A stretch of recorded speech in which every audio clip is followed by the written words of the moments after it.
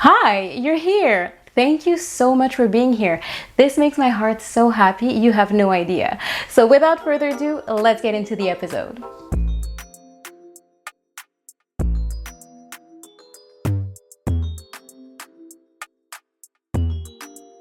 Welcome to another episode of Chozen the Podcast. I'm your host, Made, and I'm so happy to be here for episode number 7. I cannot believe I started this podcast 7 weeks ago. I feel like I started yesterday, so this is wild. But I like number 7. I feel like it's a really lucky number, and I'm here for it. I'm also here for today's topic because today we're going to talk about something I'm super passionate about. It's a skill that you can develop that has the ability to change your life. It certainly changed mine when I started to make it a priority. So I'm really excited to dig into this, and I am talking about self-regulation. The ability to regulate your nervous system, the ability to regulate your emotions so that life can start happening for you and not to you, right? Because like we said in last week's episode, there are a lot of situations that can happen in our lives that are completely outside of our control. But we do have control over one thing, and it's how we react, or rather how we respond, because I feel like there's a huge difference between being reactive and being responsive, and you want to be on the responsive side. This is why self-regulation is important, and we're going to talk about it today. But before we do that, let's touch base on last week's assignment. If you remember, last week the episode was all about the power behind our choices, the power behind our thoughts, and the assignment was simply to just observe your thoughts. Just pay attention to what is going on in your inner mind, in your inner world, right? So I want to know, did you do it? What came up? What was your biggest takeaway? Did you notice if you were more positive or more negative than you thought you were?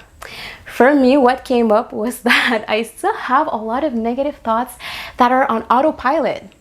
Like, I've worked on this a lot and I'm really good at catching them, but I was surprised to see that there were still little negative thoughts that would try to creep in, and I would have to cancel them and redirect them and turn them into something positive. But I was like, damn, that old programming is strong.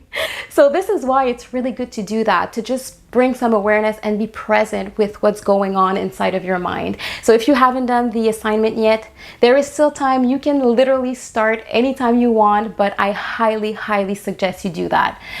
So now, let's get into today's topic, self-regulation. So what is self-regulation? Let's just start there. So self-regulation is the ability to understand and to manage your reactions and your behavior to feelings and to things happening around you, right? So it's basically the ability to understand yourself well enough to know that you can trust yourself to have the tools to respond to situations that are happening around you in a manner that is conducive to you and to the people around you. So basically, what that means is that you don't want to have an overflow of emotions when you're dealing with situations. You want to be able to direct your energy efficiently. You want to be able to decide how much emotional currency you're going to spend in any given situation, right? So this is what self-regulation is. And why is that important? It's important because a lot of us lead very stressful lives. A lot of us suffer from anxiety, and we are constantly faced with events or people that can be super triggering or that can stir up a lot of emotions in us. So when we don't know how to self-regulate, what happens is that our emotions start running the show. And that, my friend, is a recipe for disaster, because we can lash out, we can act out of character, we can say or do things we're going to regret, right? So that's not good. And think about it, living constantly on edge is extremely taxing for your body. Cortisol levels through the roof. You always feel this sort of angst within yourself. Like, this is not good for you. It's bad for your health. So we need to learn to self-regulate. I remember before I started doing that, my emotions would be all over the place. Sometimes I would be really high, really happy, really excited. And other times I would be really sad, really low, really depressed, really easily triggered, or I would take things personally. So I would constantly feel like I was in this crazy emotional roller coaster. And I was like, damn, this is really overwhelming. Like, it felt really intense.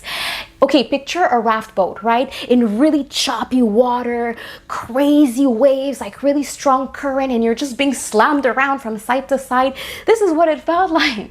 And when you learn to self-regulate, it starts feeling like, whew, you're on chill, still, calm water.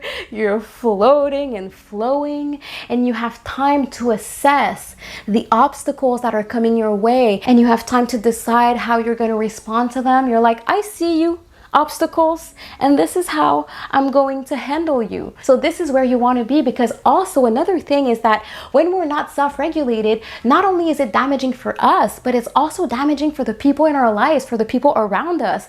It trickles down to our relationships. Like, just think about the world right now. Think about, like, just go on social media, just go drive your car. You're gonna see the amount of people that are so reactive, the amount of people that are not self-regulated, right? These crazy emotional outbursts and all that anger and all the lashing out. Like, there are so many people walking this earth that are completely unregulated. And so this is really important, because you don't want your unregulation to start affecting your interactions in the world. Like, that's not good. If I think back on my old romantic relationships, I'm like, damn, it must have been hard at times for my partners, because I was emotionally so all over the place that it's like almost impossible to build something healthy with someone that doesn't know how to handle their own selves, their own emotions. And I'm not saying emotions are bad, far from it. Being sensitive, being emotional is great. It can be a really powerful tool if you know how to use your emotions. Like, your emotions can be information. You can use them as cues to sort of let you know where it is you need to adjust to be regulated, right? Once you master your emotions, you can master your life. So it's really about learning how to use your emotions instead of your emotions using you. Think of it as being a first responder for your own life, right? Become your own first responder. And what I mean by that is, all right, so if you think of a really tragic situation, say an accident or a fire or just a really high stress situation, who do we call? We call first responders, right? And why do we do that? We do that because these people are trained to manage their stress levels. They are trained to not be overwhelmed by emotions. They know how to come into a situation very objectively to assess the danger and what is going on, and to be able to respond in a way that is beneficial for all the parties involved, right? They are very level-headed. They are very present in the face of stress or high-stakes situations. So this is what you want to be. You want to be a first responder for your own self. Notice that they are called first responders and not first reactors, right? So this is what we want. This is where we want to get to, being our own first responders. Now, how do we do that is the question. I think the first step to this is to learn to regulate your nervous system first, because then the rest will come easy. Regulating your emotions, regulating yourself in the process will become automatic once you learn how to regulate your nervous system. Because I think a lot of us have very dysregulated nervous systems that are running on old programming and on past learned behaviors, and it's really not serving us. Like, it feels like we're in a constant state of survival. Like, we're stuck in survival mode. I know for me, for most of my life, I was operating on survival when I didn't need to. I had this constant feeling of angst inside of me, like this tightness in my chest, where I felt like I always had to fight for my life for some reasons. Like, I was always like trying to prevent a crisis that wasn't happening, but this is how I felt inside. But when I started to regulate my nervous system, all of a sudden, everything felt calmer. Everything just slowed down. And I was like, oh, I'm okay. There is no lion chasing me. I'm fine. I was just carrying so much old baggage that I felt this sort of weight with me all the time. And when I dropped all the baggage by dealing with my nervous system, I was like, I'm okay, I'm safe. And this is what we want, right? We want to start feeling safe within our own selves. We want to start feeling safe within our bodies. We want to start feeling safe in the world, because the world is not a threat. The world is not out to get you. This is just your perception from a dysregulated nervous system. So you really want to change that. And what can be really helpful with that is to start developing a daily spiritual practice. You really have to make this a non-negotiable, a priority. The same way you would set time aside in your day to work out, to meal prep, to go to work, to eat food, you want this to become a must-do every single day, because like we said, our nervous systems have been dysregulated for so long that it will take time and diligence to be able to reset them, but it is so worth it. So some of the things I include in my spiritual practice are the following. Number one is breath work. Oh my God, breath is so powerful. Breath is the source of life. It's so simple, yet so impactful. And there are so many techniques. There's so many things you can do when it comes to breath work. I suggest starting simple. Just do deep breathing. Close your eyes and breathe deeply. That can be highly, highly beneficial for your nervous system. Number two is meditation. Meditate. Sit your ass down, close your eyes and meditate. And again, there are so many different ways you can meditate. You can do guided meditations. You can do all sorts of things. And I think there's a huge misconception when it comes to meditation that the goal is to not think, to stop your thoughts. So people are like, I can't do it because I think so much, like there's no way I can stop my thoughts. That's not the goal of meditation at all. The goal of meditation is to be an observant, to sit with yourself and observe what's going on without judgment. So if you have thoughts, which you will have, it's okay. You notice them, you let them go. They're just passerbys, like it's fine, right? You don't need to react to them at all. And the more you do it, the more you're going to notice that crazy hamster wheel we all have in our minds slowly starts slowing down.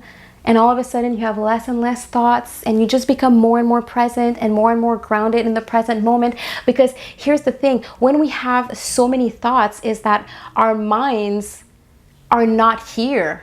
They're in the past or in the future. So by meditating, what it does is that you slowly start to come back here.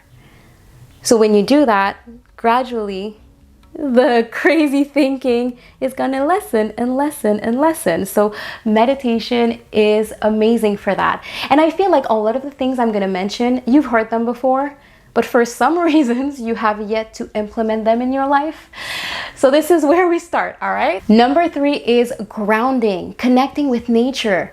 Nature is so powerful. I am telling you, just go put your feet in the grass, go hug a tree, anything. And it's summertime now, so we can all do that.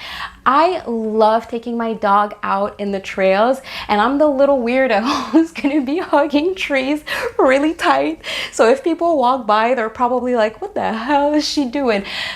I'm healing, okay? I'm regulating over here.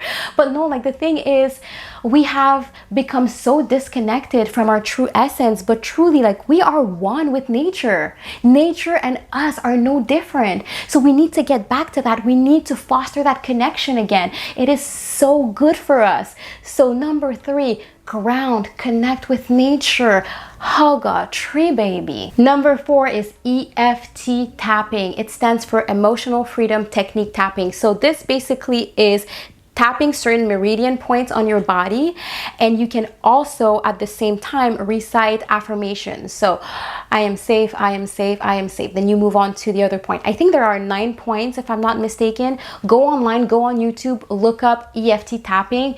It works. It's really simple, but it's really, really, really effective. So Emotional Freedom Technique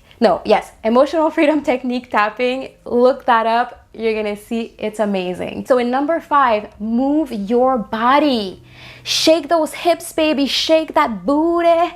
I'm serious. Have a dance party. 2 songs, 1 song. I don't care. Just move, because we hold so much stress and trauma in our bodies, especially in our hips. So you really want to get to moving. If you don't like dancing, that's fine. You don't have to dance. You can do so many other things. You can do somatic shaking, where you're really going to shake, or like bounce up and down, jumping. If you don't want to do something that's high energy like that, you can do yoga, you can stretch, but you just want to physically release all of that negativity. You want to physically release the stress, get it out of you. And you can do that by moving your body. And then we have sound, singing, humming, oming. You know that om sound that yogis or people that meditate do? They don't just do it for fun. This serves a real purpose. This sound has the power to elevate your vibrations. It raises your frequency. It is incredibly powerful. Go read on it. You'll be amazed. Like I was reading, I was like, oh my God, I'm gonna start oming more. Or you can just sing in the shower, sing in your car, just let sound out. It is so therapeutic. Sound is healing. If you can yell, if you have a place where you can let out a loud scream, oh my God, I envy you. If I could do this, I would. Where I live, they might think it's weird. Actually, sometimes, you know what? I don't care and I do it. But my neighbors must be like, is she good? Yeah, I'm good. So sound, incredibly powerful. Number 7 is prioritizing rest. Prioritizing your sleep. I cannot even begin to tell you how important rest and sleep are for you, for your health, for your body. It is crucial. A lot of us are on overdrive constantly. Our minds, our bodies are drained and exhausted, and this is why we can't have a handle on our emotions. We're too tired for that shit. We're like, I don't have the bandwidth for that. I'm exhausted. So this is why we need to prioritize sleep. Have a proper sleep routine. There is a thing in life called the golden hour, and it refers to the first 30 minutes when you wake up and the last 30 minutes before you go to bed. So this is when I think we should integrate our spiritual work, our mindfulness practices. So in the morning, we do that because we want to set the tone for the day, right? We want to just give our nervous system the cue of how this day is going to go. So we don't want to start the day frantic, running late, rushing, getting into work right away, checking our notifications and all of that. No, we want to start our day calm, grounded, connected, focused.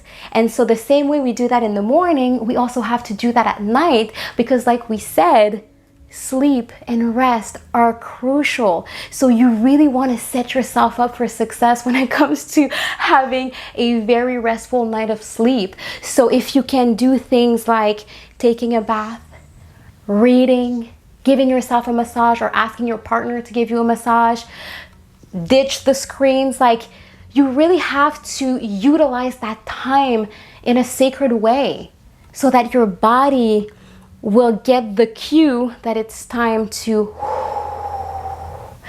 relax, to settle down, and to prepare for rest and recovery. So this is why number 7 is prioritizing sleep and rest. And if you notice, all of the things I mentioned are completely free. You don't need anything for this. All you need is time and yourself. So it's up to you to make that a priority. So you probably see where I'm going with this. We are going to talk about this week's assignment, and I'm going to make it super easy on you because I just want you to start building a routine. So let's start simple by just starting our day and ending our day with deep breathing. So in the morning, you're going to take 12 deep breaths when you wake up, and you're going to do the same thing at night, 12 deep breaths before you go to bed. That's it. If you want to do more, be my guest. And also, if you want to include other things, it's completely up to you. It is your spiritual practice. But I want you to get into the habit of setting time aside for you, for your nervous system. All right. So these are just some of the things I've been including in my spiritual practice, but I know there are so many more when it comes to healing and healing the nervous system and all of that. I like to include things like prayers and affirmations and journaling, just building your toolbox when it comes to regulating yourself, right? So if there are ways that you know about that I haven't talked about, please write them down in the comments. I think it's really good for people to just know what's possible, know what's out there, because when it comes to a spiritual practice, we have to make it our own. Like, it belongs to you, it is sacred to you. So you have to sort of go about it like trials and errors. You see what works. Some things might work for you, some things might not. You want to build a practice that you know you will enjoy doing every day, right? So yeah, on that note, this is how I'm gonna wrap up the episode today. Thank you so much for being here. Thank you for choosing yourselves by being here. Thank you for choosing me at the same time. And I am so excited for you to start self-regulating. Man, like, you're gonna see all the improvements in your life, in how you handle situations. It's gonna bring you so many different benefits. You'll see, you will be amazed if you really make this a diligent daily practice. So I love you so much, and I will see you guys next week for another episode of Chozen the Podcast. Mwah.